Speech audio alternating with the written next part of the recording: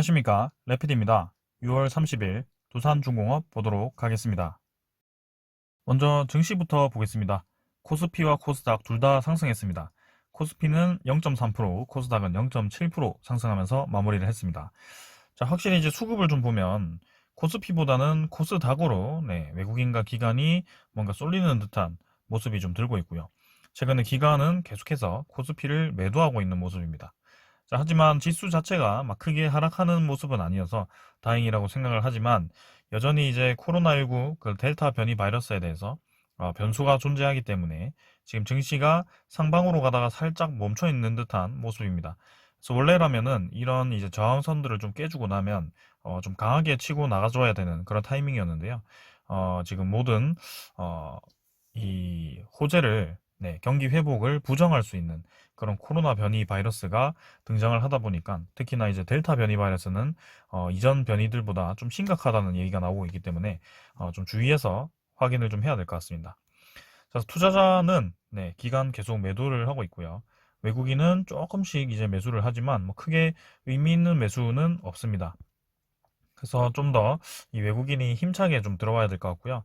코스닥 같은 경우는 이제 전고점을 다 왔습니다. 전고점 부근까지 다 왔고요.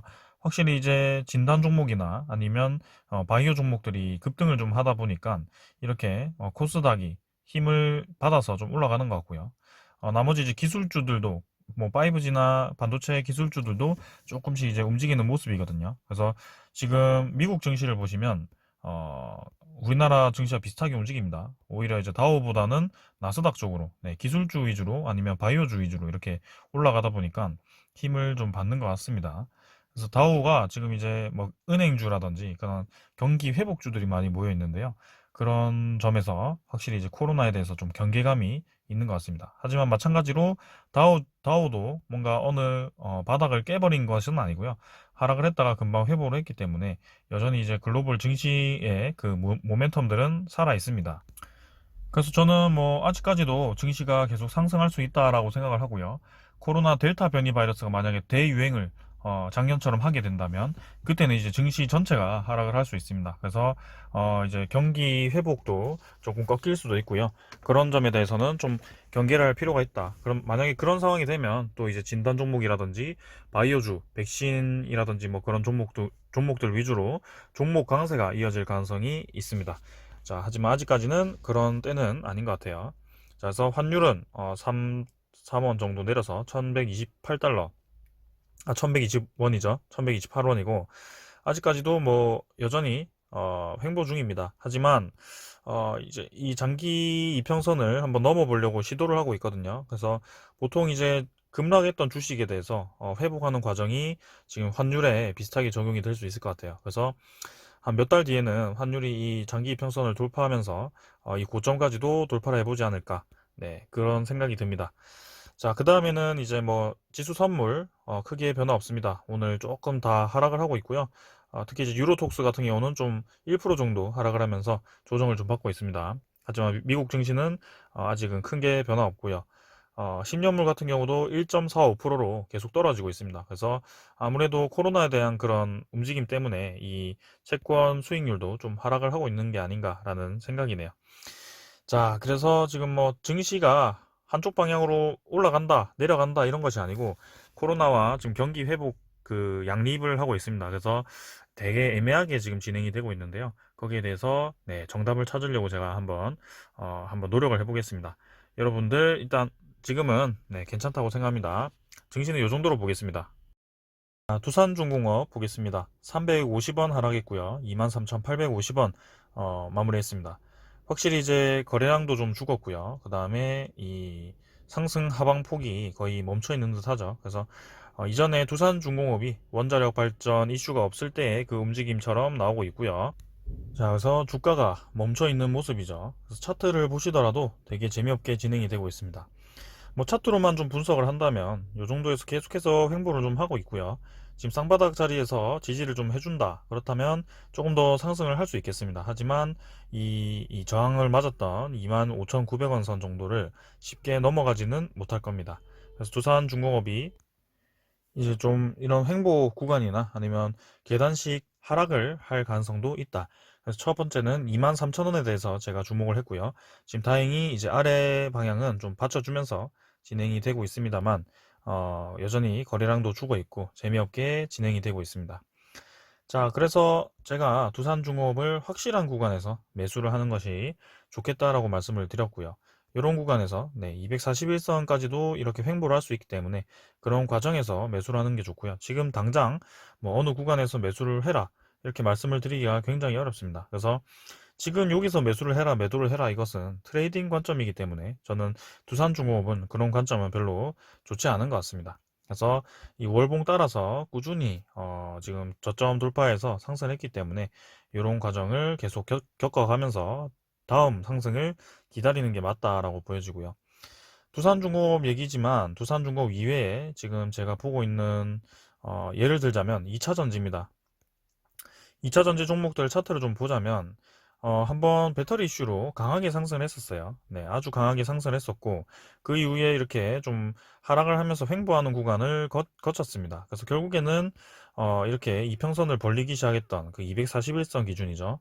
이런 장기 이평선들을 마주했을 때 그런 라인을 받쳐준다면 다시 한번 올라갈 수 있다는 거죠. 이건 제가 뭐 따로 리뷰를 하고 있지 않지만 두산중공업에 충분히 적용할 수 있다라고 생각되고요. 지금 요런 과정이 나와야 된다는 겁니다. 두산중공업도. 그래서 현재 지금 재미없게 올해 저는 횡보할 거라고 생각을 하고요. SK이노베이션도 뭐 여기는 좀 다른 얘기지만 뭐 이런 식입니다. 그래서 두산중공업 하다가 갑자기 2차 전지 얘기해서 좀 그렇지만 어쨌든 이런 움직임이 대부분 나온다. 모든 종목이 계속해서 올라갈 수는 없다. 그래서 한 번은 횡보하는 과정을 겪어야 되고요. 지금은 이 상승에 대해서 분명히 합병과 그 다음에 원자력 이슈가 터지면서 급하게 올라갔기 때문에 분명히 쉬어가는 타이밍이 필요하다. 이렇게 말씀을 드립니다. 자, 투자자 한번 보겠습니다. 투자자는 외국인이 조금씩 사고 있고요. 기간 계속 매도로 이어지고 있습니다. 금융투자 계속 매도하고 있고요. 연기금도 매수를 뭐 더 이상 이어가진 않고 관망을 하고 있는 것 같죠. 그래서 외국인도 뭐 크게 많이 매수하는 건 아니고 두산중공업 자체가 지금 수급이 뭔가 들어오거나 나가거나 그런 기간 수급은 좀 나가고 있죠. 아무튼 그런 상황이다 보니까 조금 재미없게 진행이 되고요. 제가 저를 오래 보신 분들이라면 제가 이제 기간 수급이 들어올 때마다 두산중공업이 좀 상승하는 경향이 있었다라고 말씀을 드린 적이 있는데요. 이전에 요때 횡보할 때 보면 기간 수급이 좀 들어왔을 때 이렇게 올라가는 경향, 기간이 좀 나가면 하락하는 경향이 있었습니다. 근데 요때도 이제 마찬가지로 기간이 좀 들어왔다가 이번에 이제 급등을 할 때는 기간이 매수하면서 급등을 한 게 아니고 기간과 외국인이 모두 빠져나가면서 급등을 했습니다. 그래서 이미 차익 실현을 어느 정도 했고요. 지금 추가로 이제 기간이 계속 나가고 있는 상황입니다. 그래서 보유율 자체가 이전보다 떨어진 상태고요. 외국인 보유율도 마찬가지로 이전보다 떨어져 있습니다. 그래서 뭔가 이 두산중공업이 이미 이슈가 터지긴 했어요. 원자력이 이제 진행이 될 거다라고 터뜨렸는데 그 뒤에는 뭐 사실 실체화되기 위해서는 내년에 돼야 됩니다. 그래서 시간이 많이 필요한 만큼 지금 당장은 주가가 움직이긴 어려울 것 같습니다. 자, 그래서 지금 계속 뭐 매일매일 좀 비슷한 얘기를 하는 것 같아서 이제 원래 두산중공업의 본연의 그 방송으로 좀 돌아가고자 합니다. 자, 그래서 일단 공매도 잔고부터 좀 보고요. 공매도 잔고 한번 확인해 보겠습니다. 자, 공매도 잔고가 계속 늘어납니다. 네, 그래서 1658만 주까지 늘어나서 거의 뭐 최고점 찍었을 때 그때처럼 올랐어요. 그래서 두산중공업 공매도가 이렇게 계속 늘어나는 것은 상당히 좋지 않다라고 보여지고요. 이제 좀 공매도 거래가 좀 줄었긴 했지만 마찬가지로 공매도 거래만 죽은 것이 아니고 전체 거래가 죽었기 때문에 공매도 비율 자체는 뭐 어느 정도 높게 유지가 되고 있다라고 볼 수 있겠습니다. 그래서 공매도 잔고가 계속 증가하는 종목들은 사실 추가적으로 많이 올라가기가 힘들고요. 어느 정도 공매도 잔고가 줄어들어야 되고 어느 정도 줄었을 때 주가가 상승을 준비를 할 수 있습니다. 그래서 이 공매도 잔고는 특히 두산중공업은 공매도가 거래가 많기 때문에 제가 주목을 하고 매일매일 확인을 좀 하고 있는 겁니다. 자, 그 다음에는 두산중공업의 대차 잔고도 확인해 보겠습니다. 뭐 공매도 잔고와 대차 잔고가 거의 같이 움직이기 때문에 사실 공매도 잔고만 확인해도 되는데요. 대차도 이제 좀 예민하게 보시니까 한 번씩 봅니다. 자, 그래서 대차 잔고도 계속 높게 유지가 되고 있습니다. 6,400만 주고 외국인 추정에서 이제 당일은 또 마이너스로 이렇게 매도를 했습니다. 그래서 외국인 보유율은 6.8% 계속 낮게 유지가 되고 있고요. 사실은 10% 이상까지 갔다가 이렇게 많이 떨어진 겁니다. 두산중공업 자체가 수급이 별로 좋지 않다. 지금 많이 이탈을 한 상태입니다. 자, 그래서 지금 오늘 제가 하고자 하는 얘기는, 자, 두산중공업에 이제 매일매일 뭐 원자력 얘기하고 좀 좋은 얘기들 많이 했는데요. 이제는 진짜 두산중공업이 적자에서 흑자 전환을 했는데, 그 작년에 위험으로 좀 치닫던 그 단기 차입금, 그 다음에 두산중공업의 재무 개선이 확실히 진행이 되었는가? 그럼 두산인프라코아가 매각이 되었을 때 확실히 진행되는가? 뭐 그걸 뭐 간단하게 좀 짚어보도록 하겠습니다. 자, 그러면 먼저 확인할 게 있겠죠. 두산중공업의 이 분기 보고서입니다. 1분기 보고서고요. 이거는 제가 이전에 뭐 실적 발표를 할 때 좀 같이 확인을 했었던 것 같은데, 자, 일단 같이 한번 보겠습니다. 연결 재무제표부터 좀 볼까요? 연결이 아니고 요약 정보 보겠습니다. 자, 요약 재무 정보를 보시면, 자, 제 59기 1분기가 이제 올해 1분기고요. 58기는 작년 1월 달부터 12월 달까지입니다. 자, 그래서 보시면 매출액이 올해 1분기에 4조죠. 4조 나왔고 영업이익은 이제 3,720억이죠. 네, 3,720억이 나왔습니다. 자, 그래서 작년 영업이익에 거의 뭐 두 배만큼 1분기 만에 회수를 한 거고요. 흑자 전환을 성공했다. 그래서 굉장히 좋게 보고 있습니다만, 자, 여기서 이제 이 요약 재무 정보에 이 매출액과 영업이익은 두산중공업 하나만이 아니고 이제 두산중공업 아래에 있는 그 모든 기업들이 같이 합산되어서 나온 거기 때문에 크게 두산중공업 개별로 본다면 막 크게 흑자 전환이 된 것은 아닙니다. 그래서 지금 두산 인프라코아와 두산 밥캣이 너무나도 이제 잘 나가고 있기 때문에 이렇게 흑자 전환이 크게 된 거고요. 사실은 이제 진짜 재무제표를 한번 개별 재무제표 쪽에서 이쪽을 보시면 매출액이 여기 나오나요? 나오죠. 네. 그래서 여기 보시면 매출액은 이제 8,161억이고요. 두산중공업의 개별이고, 그다음에 영업이익은 여기죠. 547억입니다. 그래서 흑자 전환을 하긴 했어요. 두산중공업 개별로 보더라도 흑자 전환을 성공을 한 거고, 뭐 괜찮습니다. 작년에 보시면 엄청나게 이제 마이너스였는데요. 여기 보시면 네, 영업이익이 마이너스 591억이었고 순이익만 해도 2280억이었습니다. 마이너스. 지금은 순이익이 괜찮게 되었습니다. 자, 그래서 흑자 전환한 것만으로도 만족스럽다. 자, 그럼 다 괜찮은데 뭐가 문제냐? 자, 여기서 한번 볼 수 있는 것이 단기 차입금입니다. 아까 말씀드렸죠. 두산중공업이 가장 문제가 되었던 것이 단기 차입금이 많았기 때문이고요.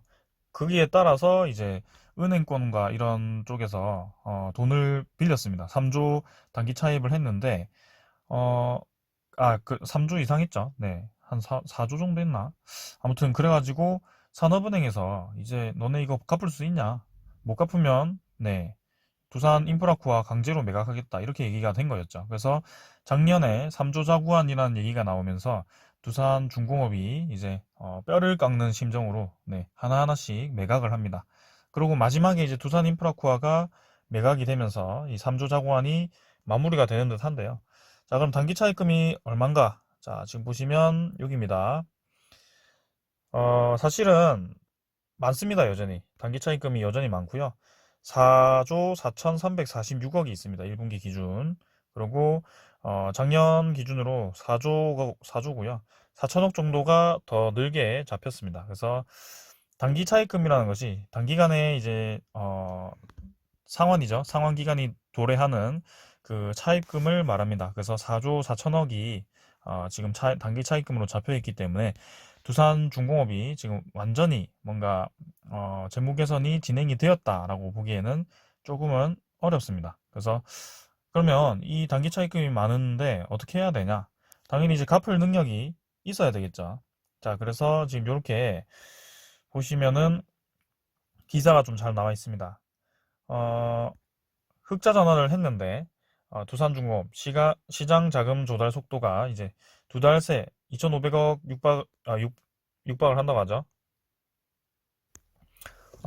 뉴스가 잘못 나와서 네 계속 하겠습니다. 그래서 2,500억에 육박을 하는데 자, 올해 사무사채 장기 CP로 자금 순조달을 이어갔고 그다음에 연간 이제 2천억 원 금융 비용 부담에 현금 흐름이 이제 발목이 잡혔다고 합니다. 그래서 여전히 이제 좀 우려되는 점이 있긴 합니다. 두산중공업 자체가 지금 이제 비전만으로 내년에 있을 그 신사업과 그다음에 해상풍력 비전만으로 좀 주가가 많이 상승하긴 했습니다만 확실히 이제 이 재무 개선이 확실히 좀 진행이 돼야 되겠죠. 그래서 두산 인프라코어 매각을 계기로 해서 완벽하게 이 재무를 개선을 좀 해야 될 것 같습니다. 자, 그래서 지금 2분기 들어서만 벌써 2,250억 원이 넘는 현금을 이제 확보를 좀 했는데요. 이게 이제 네, 사업 특성상 운전 자금이죠. 네, 변동성이 크고 기존 차입금 만기가 돌아오면서 운영 자금과 차환 자금을 계속 조달을 하고 있다고 합니다. 그래서 이게 계속 이제 돌아오니까 대규모로 이제 돌아오니까 단기 차입금이 아까 4조 4천억이라고 했죠. 그게 이제 좀 부담스러웠는데요. 지금은 그래도 어느 정도 견딜 수 있는 정도라고 하죠. 그래서 만기가 6개월에서 1년으로 3개월짜리 어음에 의존하던 작년보다 이제 길어졌고요. 그다음에 자금 시장의 유동성이 늘어나면서 어음 만기를 늘려서 재무 안정성을 높이는 모습이다.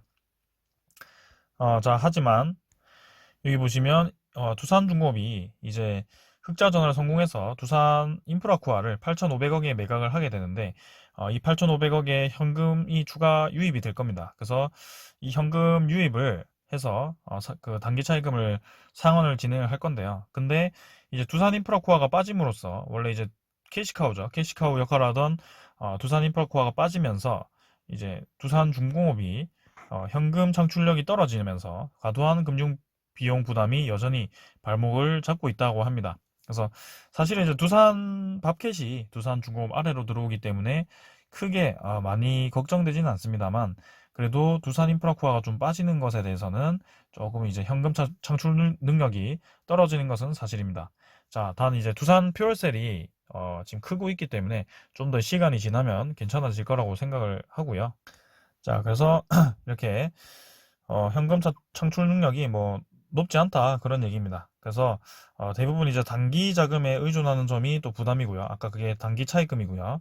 자, 그래서 이렇게 국책은행 은행 차입금이 4조 3천억이고 뭐 이렇게 여러 가지가 있다고 합니다. 그래서 같은 기간 회사가 보유한 현금성 자산은 7,134억 원에 불과한데 단기 차입금이 상당히 많죠, 지금. 그래서 조금은 우려스러운 점도 있다. 네, 그래서 이제 두산 인프라코아 매각 이후에 두산중공업이 좀 자리 잡는 모습이 보여야 되는데요.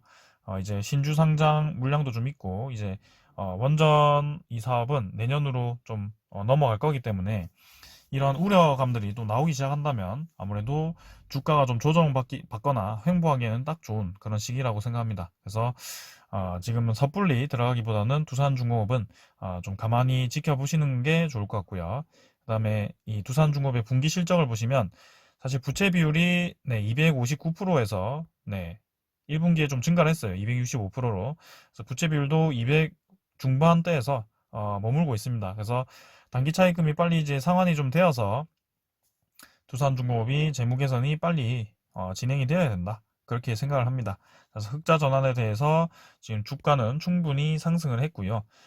그 이후에 더 상승을 하기 위해서는 이 재무 개선이 먼저 이루어져야 되고 그 다음에 내년에 있을 원자력 발전과 이런 그 해상풍력이죠. 그런 사업들이 잘 진행이 되어야 되겠다. 네, 그래서 지금 당장 상승보다는 올 하반기 말쯤에나 두산중공업이 좀 움직이지 않을까. 네, 그래서 적어도 이제 두세 달 정도는 지켜보심이 좋을 듯 하네요. 자, 그래서 오늘 이 정도로 보고 마치겠고요. 두산중공업 지금 재무가 완전히 개선된 것은 아닙니다. 그래서 조금 더 시간을 두고 이 두산중공업 개선 과정을 지켜보셔도 좋을 것 같고요. 어차피 장기 투자하시는 분들은 계속 가져가셔도 좋을 것 같습니다. 자, 이렇게 계속 한 번씩 두산중공업에 대해서 좀 깊게 파고드는 시간을 가져보도록 하겠습니다. 자, 오늘 여기까지 하고 마무리하겠습니다. 감사합니다.